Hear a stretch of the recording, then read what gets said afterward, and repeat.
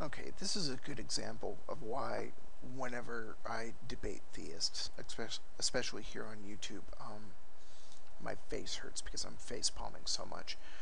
Here on one of King Heathen's videos, I'll post a link in the sidebar.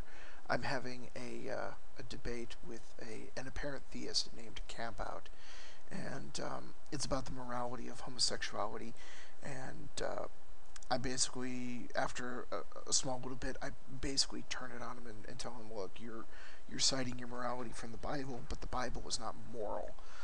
Um, and that's I said all the normal examples, and I point out that and he well I don't point out, but he goes to, well, where do you get your morality from? And I tell him quite simply, self ownership.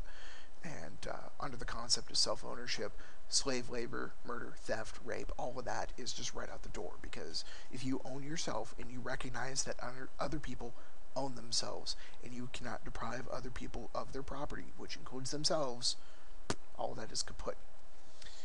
So, and then I point out that all of that is condoned in the Bible, which of course he says is misunderstood.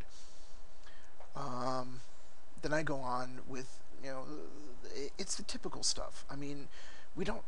I should not have to tell any theist that their Bible contains passages where God commands genocide, where He commands slavery, where He describes how to treat your slaves, where part of the genocide is plundering, is theft. All of that is in the Bible. I'm the atheist. I should not be telling him this. And in fact, you can see right here, I'm telling him to read his damn Bible because obviously he's not doing it. So, the portion that got me to facepalm, let's just skip ahead here. The portion that got me to facepalm and was that we go back and forth, and I'm basically making the point that morality has moved on from the Bible. There are portions of the Bible which we consider immoral today. So down here, he actually, says that morality does not change. Certain cultures may differ on what the specifics look like, but do as you'd be done is evident in every culture. Yeah, let's talk about women's rights under Sharia law and see if he continues on that. I missed that part. But the part that got me to facepalm, and if I had read this, I wouldn't have continued on the discussion down here, you can see. The part that made me facepalm was this right here that I've highlighted. Remember that the passages you've picked to fit your morality do not reflect God's. I find this really interesting because nowhere in here am I using the Bible, up here, nowhere am I using the Bible to justify my morality. My morality is justified way up here under the concept of self-ownership, right here.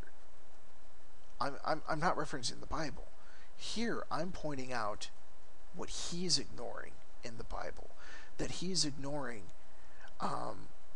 that the Bible condoned slavery, that it gave rules on how to treat your slaves, and that this was not repealed in the Bible. And if I remember from the Intelligence 2 debate, the Catholic Church didn't acknowledge that until well into the 20th century. What else is in here?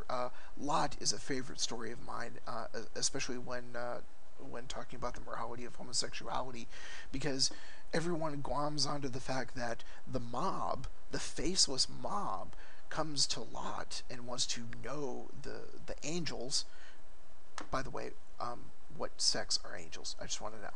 Anyway, the mob comes to Lot, but Lot gives up his daughters for what he can only presume is going to be a gang rape. And that's allowed. Then when he makes it out of town, his daughters realize, well, our mom's gone, we need his line to continue. They get him drunk, they have sex with him, and they have his kids. That's incest. And nothing comes of it. Now, I'm not saying anywhere in here, you can read this, I'm not saying that I think slavery is perfectly valid. I'm not saying that gang rape is perfectly valid.